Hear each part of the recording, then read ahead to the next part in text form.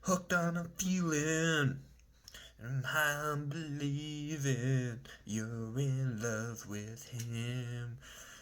Guardians of the Galaxy Volume 3, directed by James Gunn. A little rocky in who this movie might be directed by, but it's James Gunn. So yeah, we're following the Guardians after Endgame. And after Thor Love and Thunder, and what they've been up to. Yeah, no, this is the first. So after Endgame, I've been kind of marveled out, and then fucking surprisingly, the two Spider-Man movies are the only two that have really caught my attention after Endgame.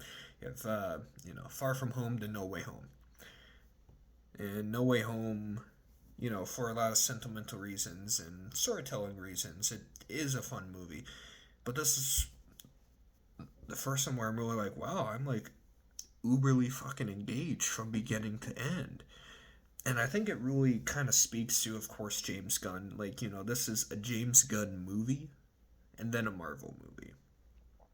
It's not vice versa. This is clearly this man's vision for this story. Now, aspects of his vision I'm not 100% with. Just like little character moments here and there, but overall, I did really enjoy this movie. And so basically, it's you find the naturalist. He's the main villain of it. So I know Marvel's had a big problem with villains. You can't get a really good villain in a Marvel movie, or like they're very one note. They're not really fleshed out or whatever. But and even the first Guardians movie, Ronan, he's like just a very standard fucking Marvel villain. Where Volume 2, you get Ego, more complex, more personal, more of a character. I really enjoyed him. And then this one, this motherfucker, or was it like the geneticist or whatever he's fucking called? Oh, this motherfucker.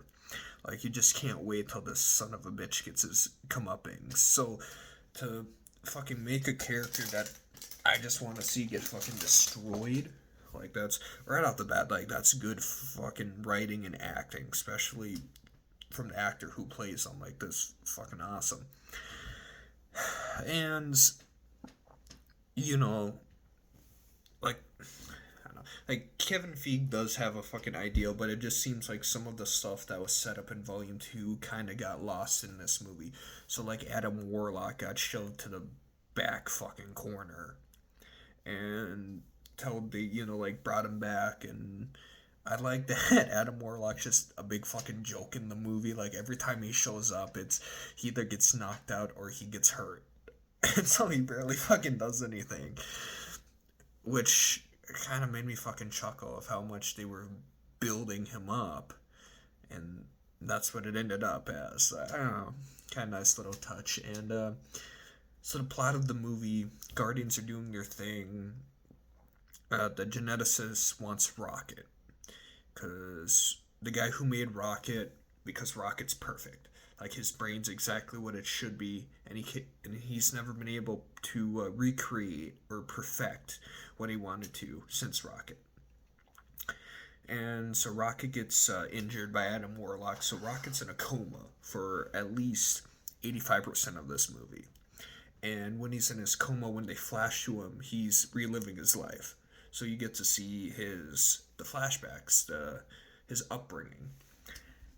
And man, this is some cold fucking shit. Like, this is like some hard, like, fucking tear jerking. Like, and you know exactly what's gonna happen to these characters that he's growing up with. And yeah, man, it's some borderline, like, dude, I don't really want to fucking see where this is going. Like, hard in your feel shit. That's why it's like you want to see this villain get fucking destroyed. You want to see him lose. And it's kind of funny where the movie's about Rocket, yet Rocket takes a fucking, he's in the back seat. Just kind of funny. But yeah, some of the shit I thought they do is kind of hook up the characters.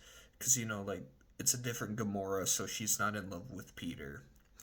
And like she has a throwaway, or not really throwaway line, but a line where it goes, "The person you're describing is more like Nebula, not me."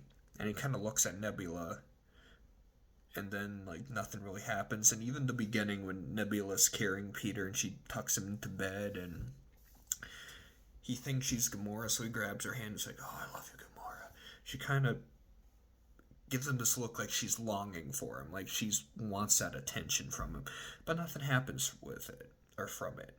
And I thought that was fucking weird. Like, if this is gonna be the last Guardians movie, why not just hook some of these fucking characters up? Like tie the fucking loose ends and be done with it. And then Mantis and Drax don't end up together. And I'm not saying that they had to. I'm not saying all these characters had to. It's just setting all this shit up. Like, I thought they would, but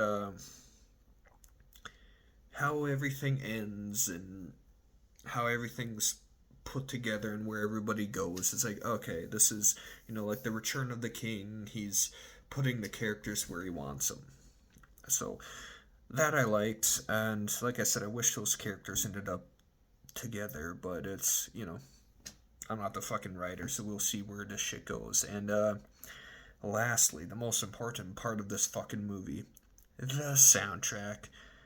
And it slaps. So he does a lot more. So in Volume 2, when he gets the Zune from Yondu, I'm like, okay, we're gonna get more 90s and 2000s music out of it. And we do.